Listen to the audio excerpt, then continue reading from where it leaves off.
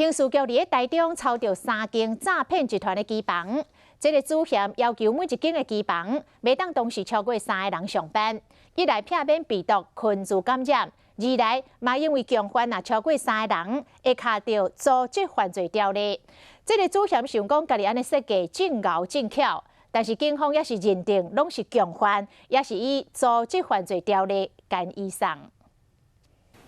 全轻治安大乱弄叫诈骗机房的大门，治安用将近5分钟，才将门锁破坏。事后一看，原来是闪片杂志，这门锁竟然有6条门栓。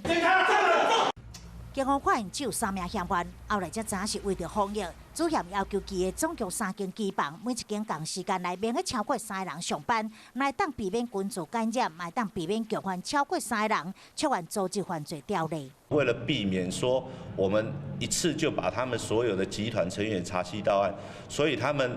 慢慢的演进到最近的一个经营模式，大概就是会把他们